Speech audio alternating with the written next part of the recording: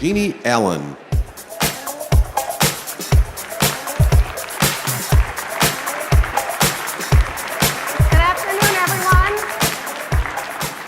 I am so pleased to be at the 8th Annual ASU GSV Summit, and my 8th as well, Center for Education Reform, the nation's leading authority on innovation and opportunity in education, has been a partner since the beginning, and we're thrilled to be aligned with people like Michael Moe and Deborah Quazzo, who I think deserve another round of applause for this great event.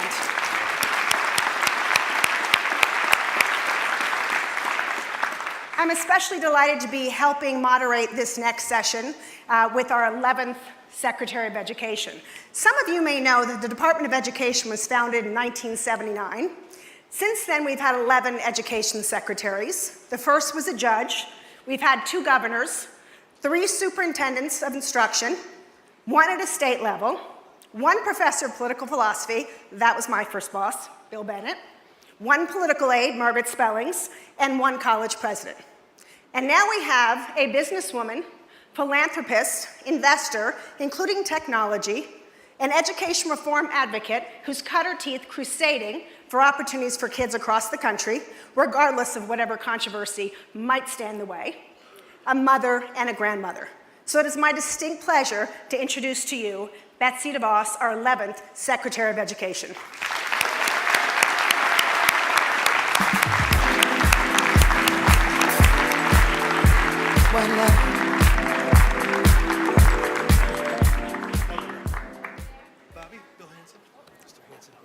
Thank you, Jeannie, for that very kind welcome, and good afternoon, everyone. It's great to be here at ASU GSV among so many of the great leaders and innovators in the education space. You know, I've always envisioned that these conferences should be flipped around. Rather than the government officials standing on stage and talking at all of you, I should be listening to you and learning about your challenges, your opportunities, and your accomplishments. But since I'm up here, I hope you'll allow me to monopolize the microphone for just a few minutes.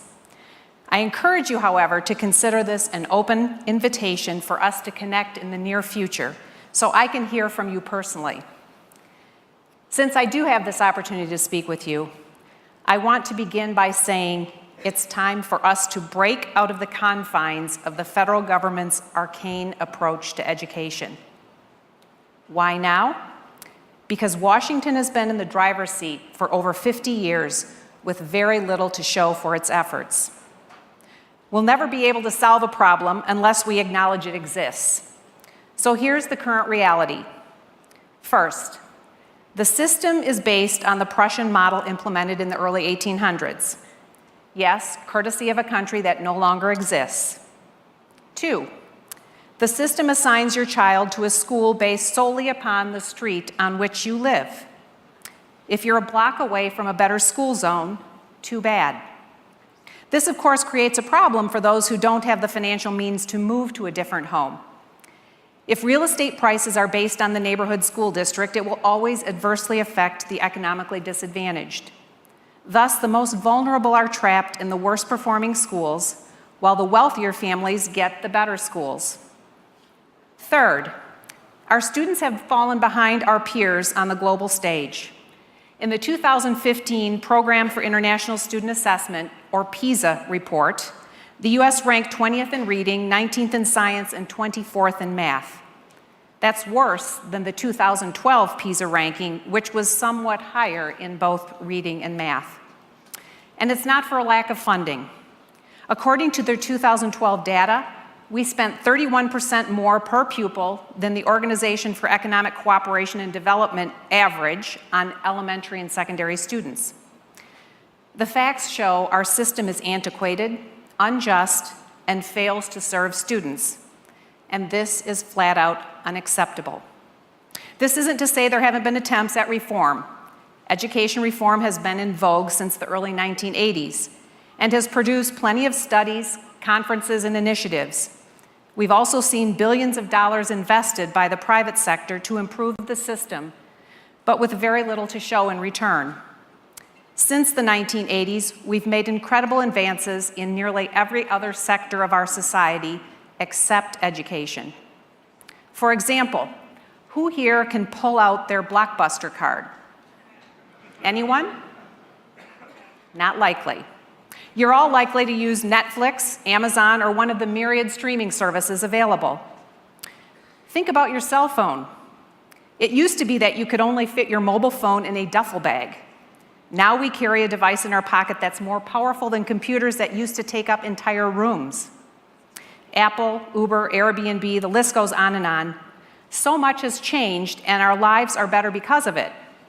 So why is our education system so far behind the curve? We can no longer accept this education malaise. The time for simply tinkering around the edges is over. Already we've failed more than a generation or more of kids, and every year we're failing another graduating class. In order to prevent repeating this destructive cycle, we need a new generation of education reform. That's why I'm here. Each of the examples I mentioned stemmed from entrepreneurs who saw solutions to problems we didn't even know existed, and now our lives are better for them. So what are we going to do about this problem in American education that we know exists? Since we have a room full of innovators here today, my question to you is this: if you were to start from scratch, what would America's education system look like? I doubt you would design a system that's focused on inputs rather than outputs, that prioritizes seat time over mastery, that moves kids through an assembly line without stopping to ask whether they're actually ready for the next step, or that's more interested in preserving the status quo rather than embracing necessary change. Here's how I would answer the question I just posed. We would build a system centered on knowledge, skills, and achievement, not centered on delivery methods. Traditional, charter, private, virtual, and other delivery methods not yet developed all would be treated as viable options so long as they met the needs of their students. This starts by focusing on students, not buildings. If a child is learning, it shouldn't matter where they learn. When we center the debate around buildings, we remain stuck with the same old system where we can predict educational outcomes strictly based on zip code. The system we create would respect parents' fundamental right to choose what education is best suited for each of their children. Every individual student is unique, with different abilities and needs. Our education delivery methods should then be as diverse as the kids they serve, instead of our habit of forcing them into a one-size-fits-all system or model. To approach education anew, we should be ready and willing to embrace change. Yes, change is often scary, but what should really scare us is continuing to support a system that has repeatedly failed so many kids. Thomas Edison didn't get the light bulb right on his first try, but he didn't give up after his first, second, or third failures either. He kept adjusting, tweaking, and sometimes scrapping the whole thing and starting afresh, because he refused to accept that an oil lamp was the only way to provide light. So when a school, any school, fails any student, that child deserves the right to move on. The goal is not to promote choice for choice's sake.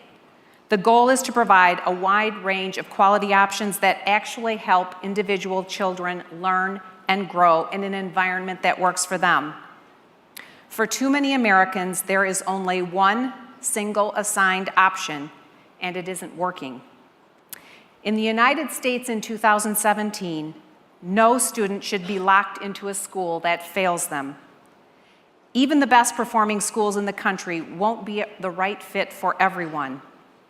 The simple fact is that if a school is not meeting a child's unique needs, then that school is failing that child. Think of it like your cell phone.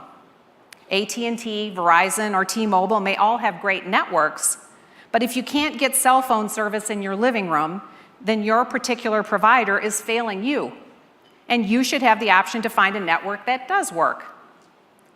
And let's be clear, this shouldn't apply only to K-12 education. We need to innovate, reform, and iterate across the entire education spectrum.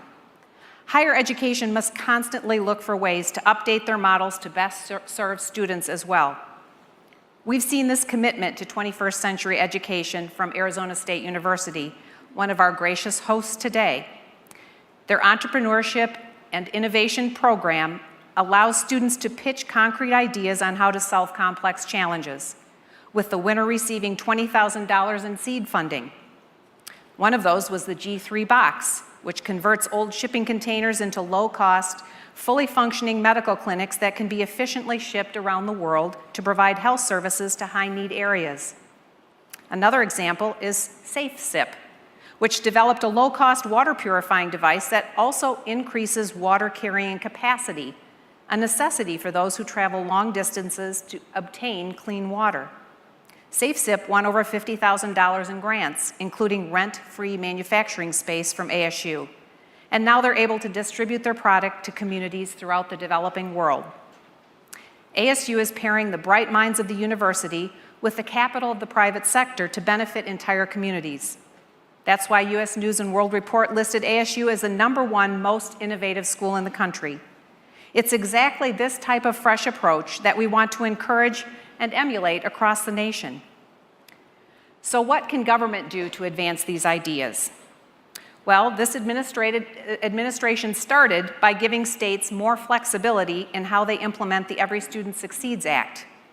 Just like no two students are identical, states like New Hampshire and California, or Utah and New York, have their own unique educational challenges and opportunities. We want states to unleash their creative thinking to tailor their education to the students they serve. The President's budget also calls for a significant expansion of school choice and parental empowerment. With Title I funds, we're giving local districts more flexibility in how they distribute those funds so they can best address their students' needs. And we're working to eliminate regulations and red tape so educators can actually educate students and not spend hours on paperwork. With this administration, you'll find a partner that wants to empower you and collaborate with you, not dictate to you from on high. But while we will take some definitive steps, government alone can't and shouldn't solve these problems. The change we need won't come from Washington. It will come from people in this room and from parents, educators, community leaders, and philanthropists. My job is to get the federal government out of the way so you can do your jobs. Each of you is a problem solver. I suspect you share my belief that those who are closest to a problem are most often the best equipped to solve it. When it comes to education, those closest to the problem are parents. It's parents, not a bureaucrat sitting in Washington or a state capitol, who are the most attuned to their children's needs. As leaders and innovators, my challenge to you is this: do not let this opportunity pass you by. We have the chance to think big and act boldly on behalf of students and their futures. The demand among the American people is there. Millions of parents are dreaming of the opportunity to send their child to a school that can put them on the path to success. You are the ones who can help meet that demand and help make their dream a reality.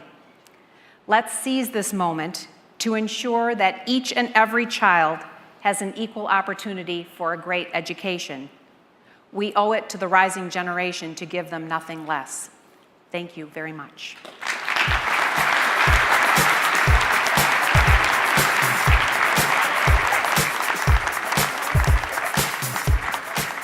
That was great. Thank you so much, Betsy. So how are you loving Washington? Well, I'm enjoying being there more than I had planned to be. I'm enjoying it a lot. I'm enjoying the challenges. That's great. So speaking of challenges, you addressed a great big one that I know a lot of people in this room are interested in, this whole idea of regulation. What sparked this order from the president to go through the regulations? What do you anticipate this is going to do for teachers and parents? Well, everywhere I've visited, and I've visited a lot of schools since I've been secretary, and it's one of the most enjoyable things I do to actually listen and learn from students and from educators. I hear everywhere how burdensome the regulations are. I hear it from administrators as well, and I think this reality is true from pre-K through higher education. So we have a goal of reviewing every single regulation that's been promulgated and actually asking the question, is this necessary? And how much of this is necessary? And ridding ourselves of everything that is really absolutely not necessary. So I imagine people think that's controversial when you say it. You just talked about a big gorilla, seat time. You're no stranger to controversy, we know, which is a great preparation for attacking higher ed, for example, and all of the red herrings in higher ed. Can you tell us a little bit about what we can expect from you all in higher ed reauthorization? Well, of course, the discussion is around reauthorization of higher ed. My bigger question is, why would we reauthorize an act that's like 50 or 60 years old and that has continued to be amended? Why wouldn't we start afresh and talk about what we need in this century and beyond for educating and helping our young people learn, and actually adults? I mean, the world has changed. We have many adults that are well into their careers who really do need and want to go back and get a different kind of education. We should be considering the needs of individuals and students, not a system so much. Such a great point. We talk about reauthorization as if the Elementary and Secondary Act, that was absolutely the thing to do. We just have to tweak it. So reauthorization means tweak, open it back up. So how do we help you open it back up? How do these folks show up and get their ideas in place? We have a very conservative Congress, and they don't know a lot about higher ed, some would argue. So what do we do? Well, you all have senators and you all have members of Congress that represent you, and I encourage you to speak with them and talk with them as they are considering this as part of this, congressional session. And talk to them about what you do and how you view the restrictions and the restrictive ways that you can do some of the things that you are setting about to do. I think that it's important for members of Congress to hear from a wide variety of people, and I can't think of a better crowd to help raise the chorus on this than those assembled here. Yeah, and there are a lot of innovators. So what can they do as innovators, ed tech products, services, people who are working with districts, people who are trying to break outside the box, personalized learning? Are there pathways for them in the education department? Are there things that you are doing that they should know about? Well, as you probably know, the education department has had an Office of Innovation, and I really believe that innovation needs to be infused in everything that the department does. And so we are going to be working very hard to ensure that every area of the department touches, is really thinking afresh and anew about what the needs are of students in our 21st century today. And in really infusing the whole department with an orientation around innovation.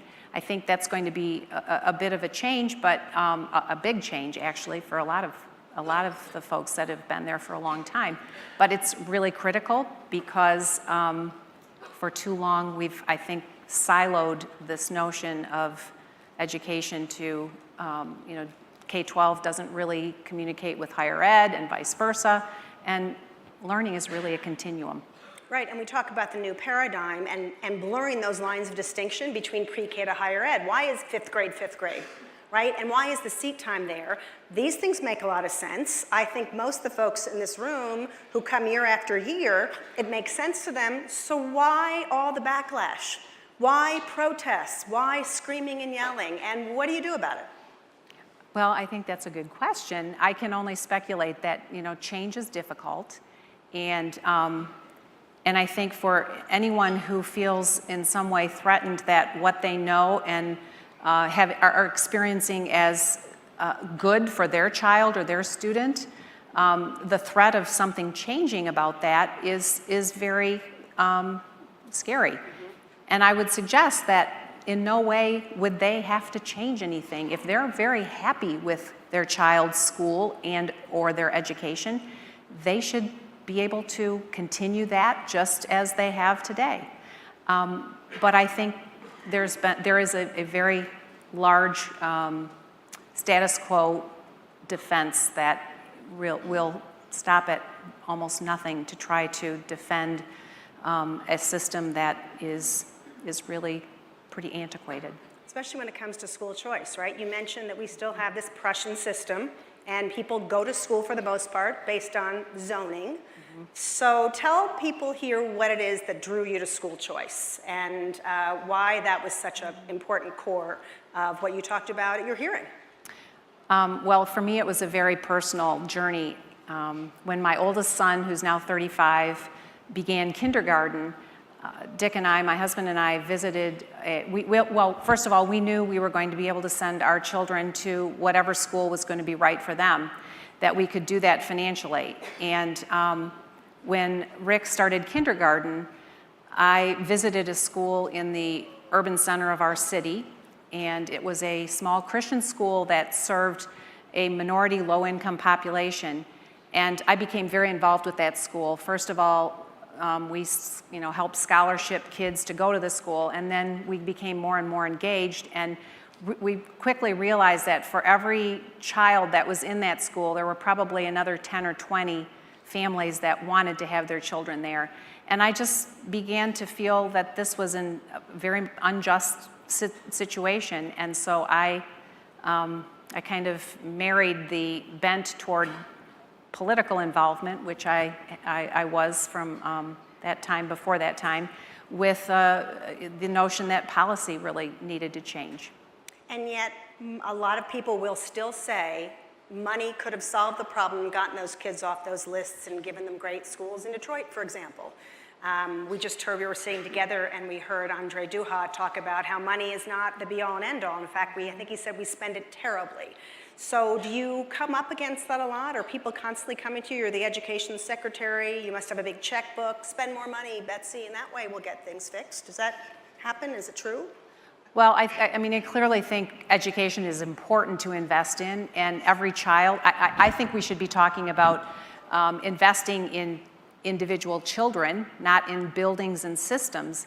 And if we really get our minds around investing in the education and learning of a child, I think we will approach it a bit differently. I think that we do spend a lot of money to educate students today. Not all of it is spent as wisely as it could be.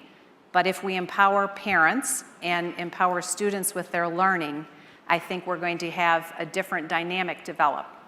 And does that require a special relationship with the states? You talked about this being a very different department than what you've seen before. Talk to us a little bit about what that means. What's the difference that you see between what you're going to do and what's come before? Well, as I mentioned, the Every Student Succeeds Act is in the process of being implemented, and Congress was very intentional about the notion that power should be returned to the states to make plans and to try things that heretofore haven't been allowed because the federal government has mandated something else. I think it's going to be really important that we encourage states to be as innovative as they possibly can. And we're going to highlight those that are kind of going to the edge of the envelope and trying some new things. We have to recognize that states are very different in terms of their cultural construct and their populations. You know, we have a lot of rural states in the middle, states with big rural areas in the middle of our country, very different dynamics and needs. But this administration is very intent on ensuring that states are empowered and returning power to the localities that have heretofore had to defer to the federal government for too many things. You mentioned rural communities. So many people are focused on what can we do in those communities? How does supply meet demand? Where is the demand? Does education technology play a role? And absolutely. How do we get that absolutely, out? And I think, frankly, we've just scratched the surface of the role that technology can play in bringing new opportunities to rural populations. That's terrific. So stay on the technology issue for a minute, because obviously that's something that unites a lot of people here. Some people say technology is just a tool. There are some funds at the federal level for technology, states oftentimes experimenting, innovating. What would you say to people that you think is the proper role of technology in schools? I mean, do you think there's a particular thing you've seen that you advocate for that you'd like to share, or is it really 1,000 flowers? I've enjoyed seeing how technology has been utilized in a variety of settings to date, but I'm pretty confident that we have not yet realized the full range of technology's power and ability to help students learn. I only have to look at my own young grandchildren to see how powerful technology is, and to note that there are more and more ways that they are learning through technology than I would have ever dreamt possible even a handful of years ago. And so I think, probably in reference to your question, or to answer your question more specifically, I think it is the 1,000 flowers, and we haven't planted the whole garden yet. Have you seen a lot of differences in the schools you visited? You visited what so far? 14, you said? I think I'm up to like 17 Wow. or 18. In 3 months. Okay, lots of different variations. What's your big picture kind of, what would you tell people about that experience so far visiting schools?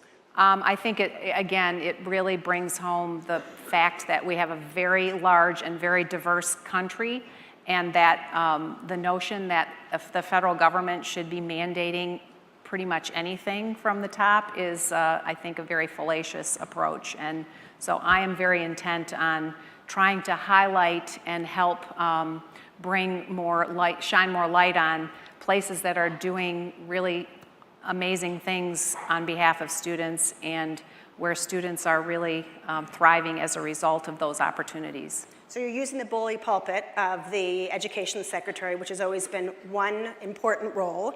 Another role, people would say, is sort of managing some critical programs, managing the Office of Civil Rights, managing the way Title I, IDEA. How do you balance the management of those programs? Obviously, you're staffing up for that with your bully pulpit. Well, those are two very important roles, as you've noted, and I'm fortunate to have a lot of people in process of coming on board that I am very excited about, and am very much looking forward to having the whole team assembled. And that said, there are some wonderful people who've been there for their careers that I'm having an opportunity to know and work more closely with, that are doing a really great job in a number of areas. And so it is a balance, and one that I hope that with the full team in place, we'll be able to strike very well. What have you learned so far since day one? Like, what's different that you didn't expect? Anything? Well, since I didn't come with a whole lot of preconceived ideas, I can't say what's really different.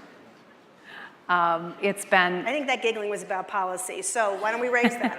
You didn't come with preconceived ideas about what I was going to find in the department. Okay. I have joked that on some days it feels a little bit like a game of whack-a-mole, but it's, I think, no, I can't say that there's anything that's really surprised me in any major way. So, you heard in my introduction, I described the different secretaries of education because I just thought that was really interesting. And so educators come with a certain level of policy knowledge, and I don't know that the judge did. But what do you say to folks who go, well, she didn't really know much about policy? What do you say to people?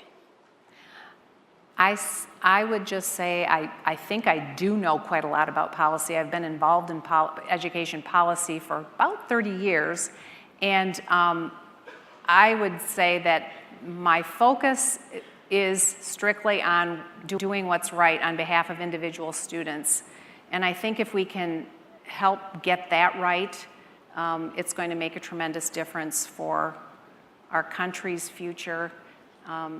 Kids represent 100% of our future, and we need to be acknowledging them as the individuals they are and preparing them for their place in our society by encouraging them to develop themselves to the fullest extent possible. And the best political leaders learn constantly. And there's no dearth of stuff we can be knowing every single day. Well, and I have said more than once that instead of being called the Department of Education, it should be called the Department of Lifelong Learning, because I think learning has to be for a lifetime. And I think that's even more true today than it was even 20 years ago. Well, that's a great note to end on, and I hope everyone takes you up on your offer to share their best ideas and take advantage of the next few years to make huge strides in education. Secretary DeVos, thank you so much. Thanks, Jeannie. Thank you all.